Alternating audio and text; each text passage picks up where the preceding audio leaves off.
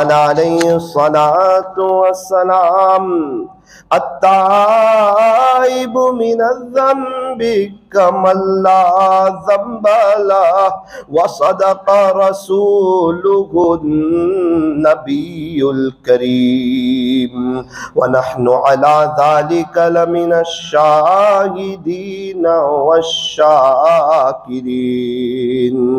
वल्हम्दुलिल्लाहि रब्बिल आलमीन।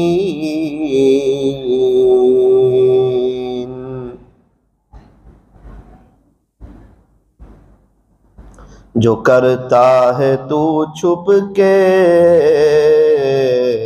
अहले जहां से,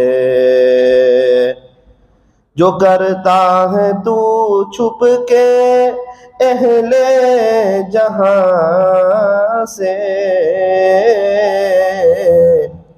कोई देखता है तुझे आसमां से। मिट जाए गुनाहों का तसव्वुर इस जहां से, अगर ये यकीन हो जाए कि खुदा देख रहा है, अगर ये यकीन हो जाए कि खुदा देख रहा है, कर ले इबादत जवानी में, ये सुस्ती अच्छी नहीं।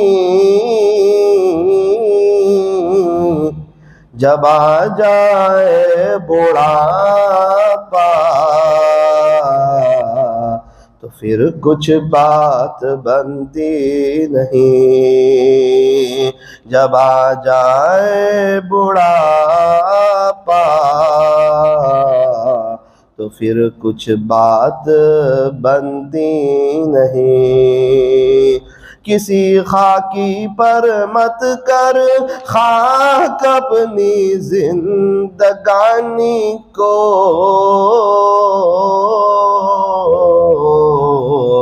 जवानी कर फिदा उस पर जिसने दी जवानी को, जवानी कर फिदा उस पर जिसने दी जवानी को।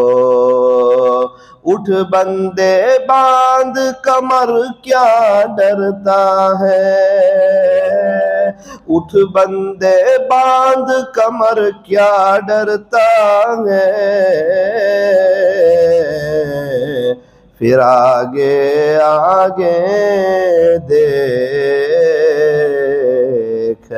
अल्लाह क्या करता है, फिर आगे आगे देख अल्लाह क्या करता है। मोहब्बत से दुरूद शरीफ पढ़ लीजिए।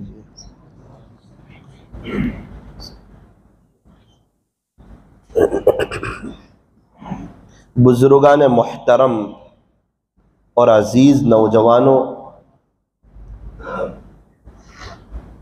अल्लाह के खजाने बहुत बड़े हैं। नंबर 2, अल्लाह के खजानों के कोई दरवाजे भी नहीं है। नंबर 3, अल्लाह के खजाने में जो कुछ है वो सब देने के लिए है, लेने के लिए कुछ नहीं है। नंबर 4, अल्लाह ताला हर वक्त देने के लिए तैयार है, देकर के खुश होते हैं, मांगने वालों से बड़ा प्यार करते हैं, मोहब्बत रखते हैं, और जो चलते फिरते हैं अपने दिल की बातें अल्लाह से करने लगता है, अल्लाह उसे अपना बहुत करीबी बना लेते हैं। इसीलिए फरमाया मांगो उसी से जो दे खुशी से और न कहें किसी से, वो मेरा अल्लाह है। फरमाया कि दुनिया वालों से मांगोगे ना तो वो लोग नाराज हो जाएंगे, और अगर अल्लाह से नहीं मांगोगे ना तो अल्लाह नाराज हो जाएगा। अल्लाह ताला दे के खुश होते हैं।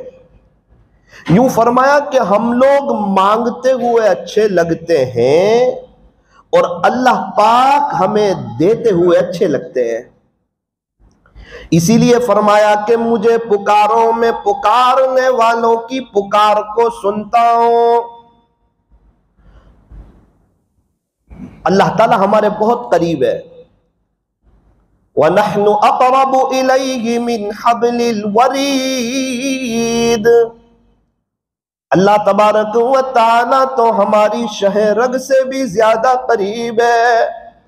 कुरान करीम की ये वो आयत है जो ईमान वालों को हिला करके रख दे कि यार मेरा अल्लाह जब मेरे करीब है तो मैं क्यों किसी और से दोस्ती करूं, मैं क्यों किसी और से दिल लगाऊं, मैं क्यों बदनजरी करूं, मैं क्यों अल्लाह को नाराज करूं, मैं क्यों अपनी आखिरत को बर्बाद करूं। एक काश मैं दोस्ती अल्लाह से कर लूं, यारी उसी से लगा दूं जब अल्लाह करीब है।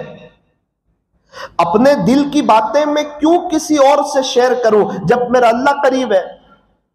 फरमाया दिल की बातें दिल के बनाने वाले से करके देखो, तब पता चलेगा सुकून क्या चीज है।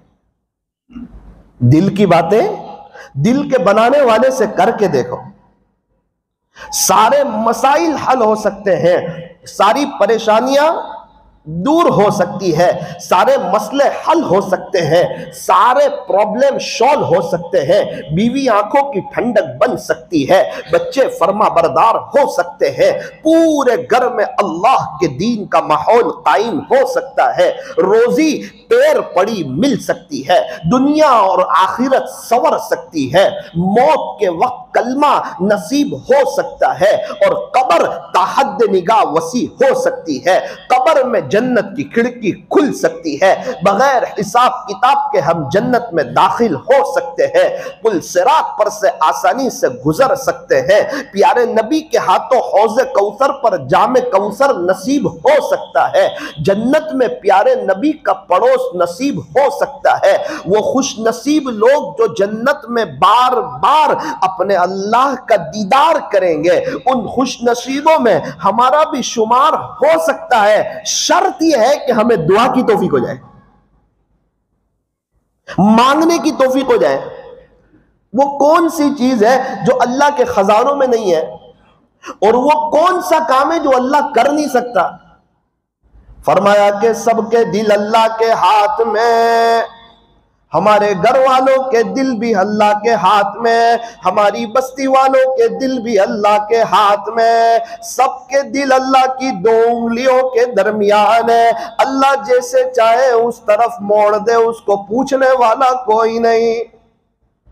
फरमाया कि अल्लाह तबारक व ताला का वजीर भी कोई नहीं, उसका मुशीर भी कोई नहीं, उसका पार्टनर भी कोई नहीं। वो तने तना बादशाह है, वही शहंशाह है, वही अहकमुल हाकिमीन है। आसमानों का मालिक अल्लाह, जमीनों का मालिक अल्लाह, पहाड़ों का मालिक अल्लाह, समंदरों का मालिक अल्लाह, इंसानों का मालिक अल्लाह, फरिश्तों का मालिक अल्लाह, जिन्नातों का मालिक अल्लाह, चरिंदों का दरिंदों का मालिक अल्लाह, चांद सूरज सितारों का मालिक अल्लाह, सारे नबियों का मालिक अल्लाह, कयामत के दिन का मालिक अल्लाह, मालिक यौमिद्दीन, तेरा अल्लाह रोजे जजा का मालिक है। कयामत के दिन के मालिक अल्लाह है, तो क्या अल्लाह दुनिया के मालिक नहीं? फरमाया ऐसी बात नहीं है। दुनिया में अल्लाह ताला ने इंसानों को थोड़ा सा इख्तियार दिया है, थोड़ा सा पावर दिया है, दोनों रास्ते खुले रखे। एक रास्ता जन्नत की तरफ जाता है, दूसरा रास्ता जहन्नम की तरफ जाता है। जहन्नम में बेचैनी होती है, परेशानी होती है, तकलीफ तकलीफ होती है। जो बंदा दुनिया में जहन्नम के रास्ते पर चलता है हमेशा बेचैन रहता है, अंदर से परेशान रहता है, अंदर से तड़पता रहता है, उसके अंदर हीटर चलता रहता है, उसके बच्चे और उसके मातहत उसके नाफरमान होते रहते हैं, अल्लाह की जमीन पर जिंदगी गुजारने का उसे मजा नसीब नहीं होता है। जब बाप नाराज हो, बेटे को अब्बू के घर में अच्छा नहीं लगता, बिल्कुल इसी तरह जब अल्लाह नाराज हो फिर बंदे को अल्लाह की जमीन पे अच्छा नहीं लगता। क्या करेंगे उसकी नाफरमानी करके?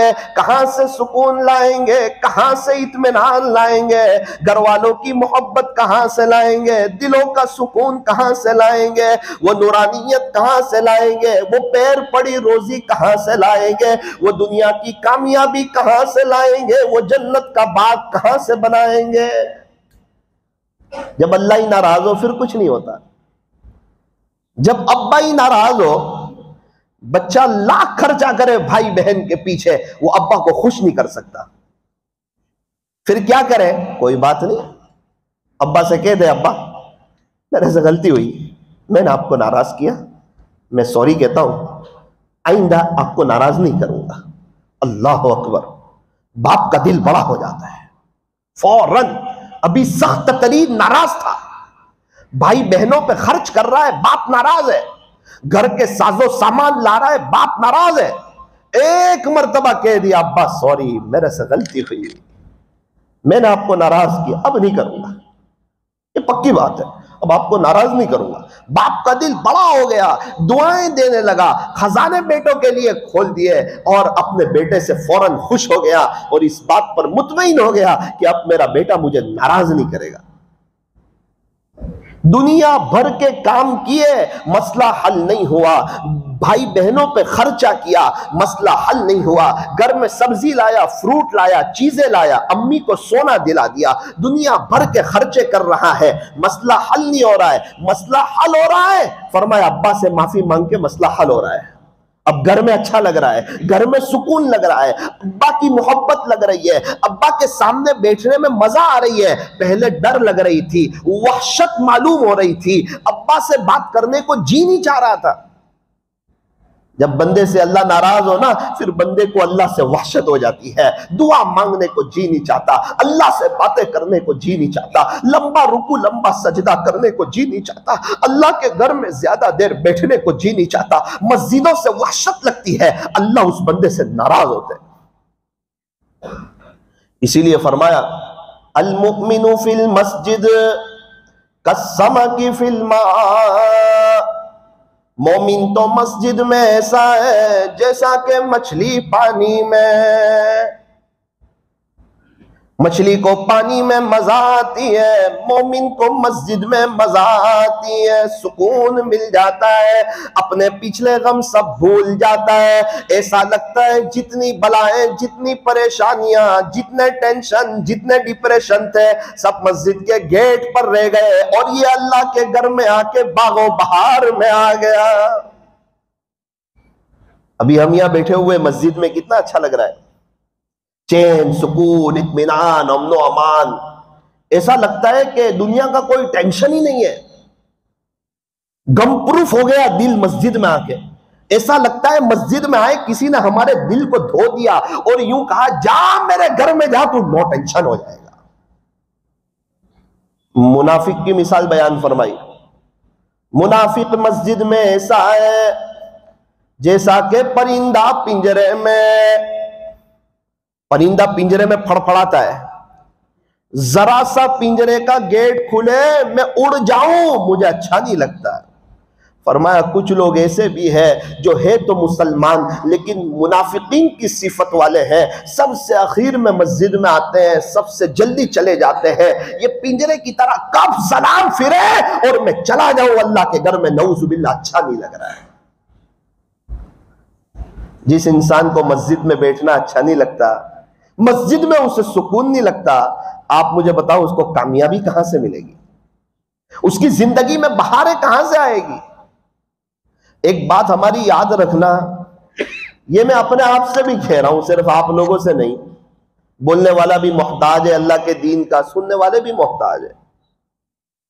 जिसके पास अपने अल्लाह के लिए वक्त न हो, उसके अच्छे दिन कभी भी आ नहीं सकते। आप लिख के रखो, जिसके पास अल्लाह के लिए वक्त नहीं है, उसके अच्छे दिन आ नहीं सकते। और जिसके पास अल्लाह के लिए वक्त हो, उसके कभी भी बुरे दिन आ नहीं सकते। लोग कहते हैं कि पैसा जमा करो, बुरे वक्त में काम आएगा। अल्लाह वाले कहते हैं अल्लाह के लिए वक्त निकालो, इंशाअल्लाह जिंदगी में बुरा वक्त ही नहीं आएगा। अल्लाह को वक्त तो देकर देखो। जिसने वक्त को बनाया है उस अल्लाह को वक्त दे करके देखो, हमारा अच्छा वक्त आ जाएगा, अच्छे दिन आ जाएंगे। आज जिसको भी देखो या तो गम से भरा हुआ है या गुस्से से भरा हुआ है। वजह क्या है? फरमाया उसके अंदर में सुकून नहीं। अंदर में सुकून क्यों नहीं? क्योंकि उसकी जिंदगी में अल्लाह का कुरान नहीं, अल्लाह का जिक्र नहीं, इसलिए उसके अंदर में सुकून नहीं। सुकून क्यों नहीं है जिंदगी में? फरमाया अल्लाह का कुरान नहीं है। नाश्ते से नऊजुबिल्ला कम हैसियत दे दी है कुरान को, खाने से कम हैसियत दे दी है नऊजुबिल्ला कुरान को, और अपने बिजनेस से, अपने कारोबार से नऊजुबिल्ला कम हैसियत दे दी है कुरान को। मोबाइल से, व्हाट्सएप से, यूट्यूब से, फेसबुक से, ट्विटर से, चाय पीने से, दोस्त अहबाब से नऊजुबिल्ला कम हैसियत दे दी है अपने कुरान को। सनीचर की रात से कम हैसियत दे दी है कुरान को। हर एक के लिए वक्त है, अगर वक्त नहीं है नऊजुबिल्ला इसके पास अल्लाह के कुरान के लिए वक्त नहीं। बिजी है ये, बिजी। ऐसा बिजी क्या काम का, ऐसी मशगूली क्या काम की? अल्लाह की सबसे बेहतरीन किताब जो कि किताबुल्लाह है, कलामुल्लाह है। फरमाया कुरान करीम हमारा सच्चा दोस्त है, ये हमें दुनिया में भी काम आएगा, कब्र में भी काम आएगा, हशर में भी काम आएगा, पुल सिरात पर भी काम आएगा। कुरान करीम ऐसा हमारा सच्चा दोस्त है जो इंशाअल्लाह हमें जन्नत तक के पहुंचा करके रहेगा। 2 हफ्ते पहले एक डॉक्टर साहब से मुलाकात हुई, कहने लगे मौलाना रोजाना 2 पारे पढ़ता हूँ, रमजान में 10 पारे पढ़ता हूँ, हर महीने में 2 कुरान खत्म करता हूँ, रोजाना 2 पारे, चाहे दुनिया आगे पीछे हो जाए मेरे 2 पारे आगे पीछे नहीं होते। मैंने कहा वो कैसे? कहा दोपहर में 4 से 5 का वक्त मेरे अल्लाह के लिए, इस वक्त में न फोन, न पेशेंट, न घर वालों से कोई बात, फोन भी स्विच ऑफ, ये वक्त मेरा और मेरा अल्लाह का। अब अल्लाह से ज्यादा किसी की अहमियत हो तो उसको वक्त दूं, और मेरी नजर में अल्लाह से ज्यादा किसी की अहमियत नहीं है, तो मेरे 2 पारे पाबंदी से हो ही जाते हैं। हमारा कुरान नहीं होता, वजह क्या है? हमने उसका वक्त नहीं किया है। हमारा नाश्ता हो जाता है, दोपहर का खाना हो जाता है, रात का खाना हो जाता है, बिजनेस पर जाना हो जाता है, क्योंकि ये सब चीजों का वक्त तय है। नमाजें हो जाती है क्योंकि नमाजों का वक्त तय, फजर का ये वक्त, जोहर का ये वक्त। कुरान शरीफ की तिलावत नहीं होती क्योंकि हमारा कुरान का कोई वक्त तय नहीं है। तस्बीहात की पाबंदी नहीं होती क्योंकि हमारा तस्बीहात का कोई वक्त तय नहीं है। इसलिए आज की मजलिस में बयान तो माशाल्लाह आप सुनते रहते हो, हम भी बोलते रहते हैं, सुनने वाले सुनते भी रहते हैं, लेकिन जिंदगी जो बनती है ना वो अमल से बनती है। बात यहां से चली थी, अल्लाह के खजाने हर वक्त खुले हुए हैं, अल्लाह ताला देने के लिए तैयार है। मांगने वालों की कमी है, लेने वालों की कमी है। एक आदमी मस्जिद के कोने में बैठ के अल्लाह को कह रहा है, प्यारे अल्लाह 25,000 रुपए कर्जा है, और आपको मालूम है कि मैं हमेशा आपसे मांगता था और आपसे मांग करके कभी भी मैं नामुराद हुआ नहीं। अब 25,000 रुपए कर्जा है, सुबह 10 बजे का वक्त है, 11 बजे मुझे देने हैं, मेरे पास पैसे कोई नहीं है। अल्लाह आप मेरा इंतजाम कीजिए। आप तो पुकारने वालों की पुकार को सुनते हैं, आप तो बड़े बादशाह हैं, बड़े शहंशाह हैं, और मैं कोई मामूली जगह में नहीं आया हूं, मैं आपके शाही दरबार में आ गया हूं। खुशी में भी आपको पुकारता, गमी में भी आपको पुकारता। अल्लाह मेरे 25,000 का मसला हल कर दीजिए। 11 बजे देने हैं, वादा आगे पीछे हो जाएगा। मैंने आपकी जात पर भरोसा करते हुए कर्जा लिया था, और कर्जा इसलिए लिया था कि मेरे पास पैसे कोई नहीं थे, नीयत सच्ची थी, देने का इरादा सच्चा था। रब कोई गैबी निजाम चला दीजिए। अल्लाह के सामने रो रहा है, अल्लाह से कह रहा है, अल्लाह के सामने तड़प रहा है। मस्जिद के करीब में एक मालदार का मकान था। उसको दिल के अंदर एक दर्द शुरू हुआ, घबराहट शुरू हुई, बेचैनी शुरू हुई। उसके दिल में ख्याल आया कि ये शायद तेरी आखिरी घड़ियां हैं। ऐसा लगता है कि तुझे अटैक आ रहा है। क्या बेहतर हो एम्बुलेंस को बुलाया जाए, डॉक्टर साहब के पास जाया जाए, कोई इलाज हो जाए, कोई ट्रीटमेंट हो जाए। मोबाइल हाथ में लेता है, दिल में ख्याल आता है, अगर वक्त आ ही गया हो, पूरी दुनिया के डॉक्टर मिलकर मुझे बचा नहीं सकते, क्या बेहतर हो कि मैं मस्जिद चला जाऊं, अल्लाह के घर चला जाऊं, वुजू करूं, 2 रकात सलातुल हाजत की पढ़ लूं, शायद अल्लाह मुझे अच्छा कर दे। अगर मेरी जिंदगी में मौत लिखी हुई हो तो मैं अल्लाह के घर में मर जाऊं। ये मेरे लिए सआदत की बात है, ये मेरे लिए खुशी की बात है। मस्जिद में आया, वुजू किया। जैसे ही जमात खाने में आया, अजीब मंजर देखा। एक आदमी है जो रो रहा है, तड़प रहा है, आंखें भर रहा है। उसकी बात सुनी, क्या कहता है? वो अपने अल्लाह से कह रहा था, बारी ताला अब 20 मिनट बाकी है, मेरे कर्जे का वक्त आ चुका है। अल्लाह आप मुझे अपने खजाने गैब से 25,000 दे दीजिए। मैं हमेशा आपसे मांगता हूं, इसीलिए इज्जत के साथ हूं। आपने मुझे कभी जलील नहीं किया, किसी के सामने हाथ फैलाने वाला नहीं बनाया। आपने मुझे हमेशा दिल का सखी बनाया। रब्बे करीम कोई गैबी निजाम चला दीजिए, मेरे 25,000 का इंतजाम फरमा दीजिए। ओ, ये तो बड़ा मालदार आदमी था, कई फैक्ट्रियों का मालिक था। इसने दिल में सोचा कि क्या बेहतर हो, मैं इसको 25,000 दे दूं, शायद मेरा अच्छा खात्मा हो जाए, या अल्लाह ताला मुझे शिफा दे दे। अभी दिल में पक्की नीयत की कि मुझे इसको 25,000 रुपए देने हैं, और वो बेचैनी, वो तकलीफ, वो घबराहट, वो सब खत्म हो गई। ये समझ गया कि मुझे कोई अटैक नहीं था, कोई तकलीफ नहीं थी, कोई घबराहट नहीं थी। ये बंदा मस्जिद में रो रहा था, इसीलिए अल्लाह ताला ने मुझे घर में बेचैन किया, क्योंकि इस वक्त मैं कभी भी मस्जिद में नहीं आता हूं। अल्लाह ने मुझे इसके रोने पे मस्जिद में भेजा है कि जा, मेरा एक बंदा रो रहा है, उसको मैं कभी तेरे दर पे नहीं भेजूंगा, तुझे उसके पास भेजूंगा, क्योंकि वो मेरे से मांग रहा है, सौदा मुझसे कर रहा है, बातें मुझसे कर रहा है, दिल की तार मुझसे जोड़ रहा है, मुझे कह रहा है।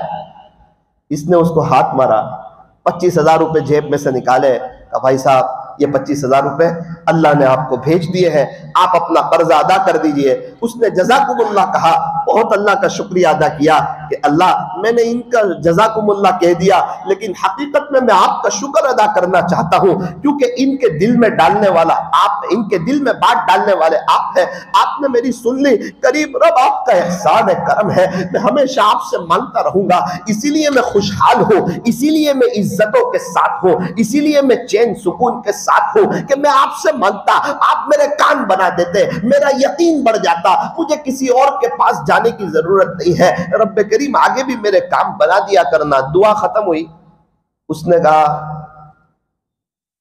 जेब में से एक कार्ड निकाला, उसे दिया, कहा भाई साहब अब जब भी आपको तकलीफ आए ना कोई, तो इस तरह रोना मत यार, हमें तकलीफ हो जाती है घर में, ये एड्रेस ले लो, एक मुझे फोन कर देना, आपके पास पैसे पहुंच जाएंगे। समझ गया कि ये अल्लाह वाले, एक फोन कर देना मुझे, जितने की जरूरत हो पैसे आपके पास पहुंच जाएंगे।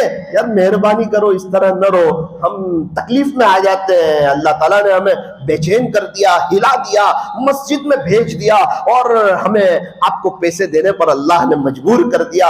आप आपको अब कभी भी जरूरत हो मुझे फोन कर दिया करना, इसमें मेरा एड्रेस लिखा हुआ है। उसने कहा आपके 25,000 तो कबूल है, माजिरत के साथ ये आपका एड्रेस कबूल नहीं है। क्यों? आपको पैसे की जरूरत नहीं। फरमाया जहां से मिलते हैं ना वहां का एड्रेस मुझे मालूम है। कहां से मिलते हैं? का अल्लाह की तरफ से। वो कैसे मिलते हैं? फरमाया जैसे आपको उसने भेजने पे मजबूर किया। इसीलिए फरमाया टूटे रिश्ते वो जोड़ देता है, बात रब पे जो छोड़ देता है, उस रब के लुत्फो करम के क्या क्या कहने, लाख मांगो तो करोड़ देता है। अल्लाह ताला देने के लिए तैयार है, लेने वाले कहाँ है? मांगने वाले कहाँ है? हाथ फैलाने वाले कहाँ है? मन्नत समाजत करने वाले कहाँ है? अल्लाह को मनवाने वाले कहाँ है? अपने दिल की तार अल्लाह के सामने जोड़ने वाले कहाँ है? अल्लाह के सामने रोने वाले कहाँ है? आंसू बड़ी नेमत है, इधर निकले उधर उनको खबर हो, कोई आंसू तो ऐसा मोतबर हो। टपक पड़ते हैं आंसू जब अल्लाह की याद आती है, ये वो बारिश है जिसका कोई मौसम नहीं होता। अल्लाह के खौफ से जब आंसू निकलते हैं, उस आंख पर अल्लाह जहन्नम की आग को हराम फरमा देते हैं। सहाबाए किराम तो नेकियां करके रोते थे, हम गुनाह करके भी नहीं रोते। छोटे बच्चे का कोई काम रुकता नहीं है, हालांकि बोल नहीं सकता, कमा नहीं सकता, चल नहीं सकता, दिमाग से सोच नहीं सकता, कमाने के प्लानिंग बना नहीं सकता, अपने हाथ से कुछ काम कर नहीं सकता, अपनी जरूरत की चीज जुबान से कह नहीं सकता, फिर भी छोटे बच्चे का कोई काम रुकता नहीं है क्योंकि वो रोना जानता है। फरमाया ए इंसान, तेरा भी कोई काम न रुके अगर तू भी अपने रब के सामने रोना जान ले। अल्लाह वालों का कोई काम रुकता नहीं है क्योंकि वो रोना जानते हैं। हमें कैसे रोना है? हमारे यहाँ तो इंसान थोड़ा सा नेक हो जाता है, वो अपने आप को नेक समझने लगता है। जो अपने आप को नेक समझता है अल्लाह उससे रोने की तौफीक नहीं देते, उसके दिल को सख्त कर देते हैं, मुनाजात की लज्जत से उसे महरूम कर देते हैं। पैसों से भी ज्यादा बड़ा नेकी का तकब्बुर पैसों से भी बड़ा हुआ करता है। जिसने शराब पी हुई हो वो समझता है मैं अच्छा हूं, सबकी नजर में बुरा होता है। बिल्कुल इसी तरह तकब्बुर का भी नशा है, वो समझता है मैं कुछ हूं, और जो अपनी नजर में कुछ होता है वो खुदा की नजर में भी कुछ नहीं होता, खुदा की मखलूक की नजर में भी कुछ नहीं होता। फरमाया इंसान तू क्या है? तू पहले गुस्ल के लिए किसी और का मोहताज था, तू आखिरी गुस्ल के लिए भी किसी और का मोहताज है। तू है क्या? तेरे पास क्या था और तू लेकर क्या जाएगा? तेरे पेट में गंदगी भरी हुई है, नापाकी भरी हुई है। अल्लाह तुझे दिन में 3-4 दफा वॉशरूम भेज करके तुझे तेरी औकात बताता है। देख तेरे पेट में क्या भरा हुआ है, तेरी इब्तिदा तो देख नापाक कतरा है, और तेरी इंतहा तो देख कीड़े मकोड़े तेरे बदन को खाने वाले हैं। ये तेरा हसीन बदन खाक में मिल जाने वाला है। मिले खाक में अहले शाह कैसे कैसे, जमी खा गई आसमां कैसे कैसे। जहां में है हर सू इबरत के नमूने, मगर तुझको अंधा किया है रंग बू ने। क्या कभी गौर से ये भी देखा है तूने, जो महल मामूर थे अब है वो सूने। जगह जी लगाने की दुनिया नहीं है, ये तो इबरत की जा है तमाशा गाह नहीं है। पहले बचपन ने तुझे बरसों खिलाया, फिर जवानी ने तुझको मजनू बनाया, फिर बुढ़ापे ने आके तुझे क्या क्या सताया। ए इंसान याद रख, अजल यानी मौत कर देगी बिल्कुल तेरा सफाया। जगह जी लगाने की दुनिया नहीं है, ये तो इबरत की जा है तमाशा गाह नहीं है। क्या तुझको यही धुन है कि रहूं सबसे आला, हो जीनत निराली, हो फैशन निराला। क्या यूं ही जिया करता है मरने वाला, क्या यूं ही जिया करता है कफन का पहनने वाला, क्या यूं ही जिया करता है जनाजे में सो जाने वाला, क्या यूं ही जिया करता है दफन हो जाने वाला। जगह जी लगाने की दुनिया नहीं है, ये तो इबरत की जा है, तमाशा गाह नहीं है। अजल ने न छोड़ा न किसरा न दारा, इसी से फातिह सा सिकंदर बिहारा। जगह जी लगाने की दुनिया नहीं है, ये तो इबरत की जा है, तमाशा गाह नहीं है। सुबह होती है शाम होती है, उम्र यूं ही तमाम होती है। ये वन वे है, वन वे। यहां से जो एक मर्तबा चला जाए वो दोबारा नहीं आता। कुरान करीम में अल्लाह साफ ऐलान फरमा रहे हैं, मन आमिल सालिहन फलिनफ्सी, जो शख्स अच्छा अमल करेगा अपनी जात के लिए करेगा, अल्लाह पर कोई एहसान नहीं करेगा। कोई नेकी करेगा अपने लिए करेगा भाई, अल्लाह पर कोई एहसान नहीं करेगा। वमन असाअ फअलैया, फरमाया जो शख्स कोई बुरा अमल करेगा उसका वबाल उसी पर होगा, अल्लाह का कोई नुकसान नहीं करेगा। वमा रब्बुका बिज़ल्लामिल लिल अबीद, तेरा अल्लाह अपने बंदों पर जर्रा बराबर भी जुल्म नहीं करता। अल्लाह ताला तो कामयाब करना चाहते हैं। बात यहां से चली थी, अल्लाह के खजानों के दरवाजे खुले हुए हैं, हर वक्त देने के लिए तैयार है। मेरे अजीजों, सूरत वालों, नानपुरा वालों, कश्मीरी मस्जिद वालों, ए साकिब तो खुद भी इस बात को तय कर कि इंशाअल्लाह जब भी मस्जिद में आएंगे 3-4 मिनट अल्लाह से भीख जरूर मांग के जाएंगे। देखो वक्त तय होगा तो दुआ मांगने की तौफीक होगी, वक्त तय नहीं करोगे बाद में कईयों के जनाजे उड़ गए, उनकी बात आई नहीं। कब्रिस्तान ऐसे नौजवानों से भरे पड़े हैं जो यूं कहते थे बाद में तौबा करेंगे, बात आई नहीं। जवानी में मौत ने उन्हें आप पकड़ा, अपने अल्लाह को प्यारे हो गए।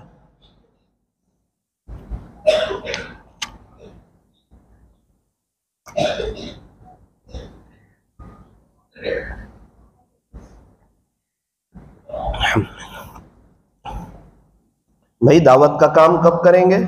बाद में करेंगे। गश्तों में कब जुड़ेंगे? बाद में जुड़ेंगे। आपकी मस्जिद में गश्त होता है? होता है। आप जुड़ते हैं? मैं तो नहीं जुड़ता हूं। अच्छा, ये जो गश्त में बैठते हैं वो आपकी कब्र में आएंगे? बोले नहीं। आप उनकी कब्र में जाएंगे? बोले नहीं। तो ये गश्त कर रहे हैं, इससे आपको क्या फायदा?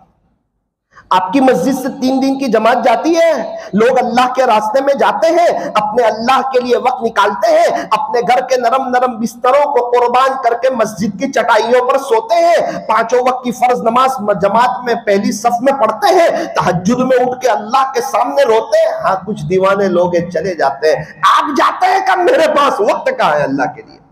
मेरे अजीज, हमेशा के लिए मर के चला जाएगा अल्लाह के पास, अभी जिंदगी में अल्लाह के लिए वक्त नहीं है। सारे मसाइल का आसान हल, बिस्तर उठा और अल्लाह के रास्ते में चल। एक शख्स से यूं कहा, चलो भाई गश में आ जाओ, जिम्मेदार थे, जमात गई, आप गश में क्यों नहीं आते? उन्होंने कहा, क्या मैंने गश का कोई ठेका ले रखा है? अल्लाहू अकबर, अल्लाह ने 10 साल तक उनको गश से महरूम कर दिया। अरे ठेका? मेरा दीन न तेरा मोहताज है न किसी और का मोहताज है। तेरी पैदाइश से पहले भी मेरे दीन का काम चलता था, तेरे दुनिया से जाने के बाद भी बड़ी शान से मेरे दीन का काम चलेगा। अगर तू मेरे दीन का काम नहीं करेगा, मैं गूंगे बहरों को खड़ा करूंगा, समाज से माजूरीन को खड़ा करूंगा, उनकी जमातें चला करके बताऊंगा, वो इशारे से बयान करेंगे। तू देखना, तू जुबान से लोगों को अल्लाह की तरफ बुलाता नहीं, सिर्फ दुकान का माल बेचते आता है, अल्लाह की तरफ बुलाते नहीं आता। देखना, कुछ ऐसे लोग खड़े करूंगा जो इशारे से मेरे दीन की बातों को समझाएंगे, प्यारे नबी की बातों को समझाएंगे। अल्लाह का दीन न पहले तेरा मोहताज था न अब तेरा मोहताज है। हम अल्लाह के दीन के मोहताज है।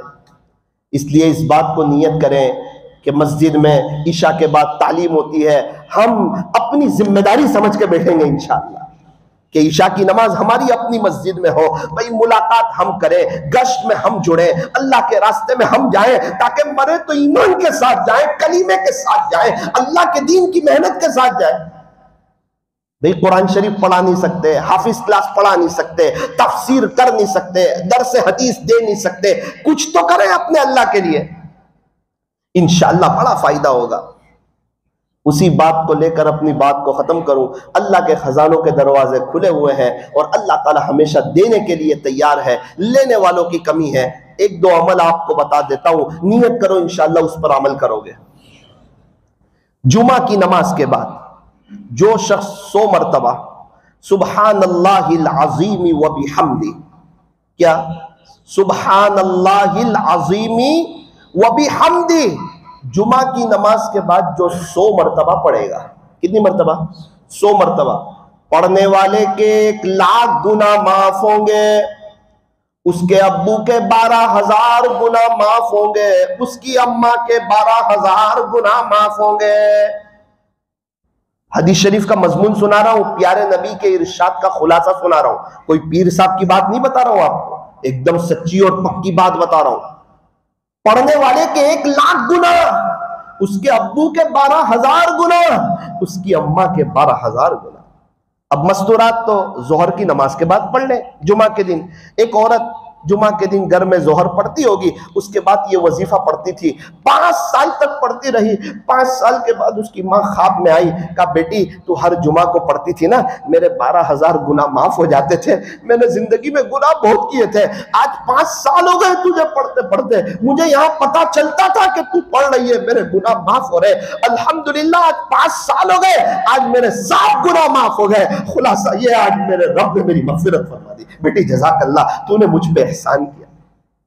सुबहानल्लाहिल अज़ीमी व बिहम्दी, सुन्नतों के बाद भी पढ़ सकते, मस्जिद में बैठ के पढ़ना जरूरी नहीं, घर जाते जाते भी पढ़ सकते, चलते फिरते भी पढ़ सकते, असर से पहले तक भी पढ़ सकते, बल्कि उलमा ने यहां तक लिखा है अगर भूल जाए तो मगरिब की अजान गुरूब से पहले भी पढ़ सकते। इसलिए नियत करो इंशाअल्लाह इस वजीफे को कभी छोड़ेंगे नहीं इंशाअल्लाह।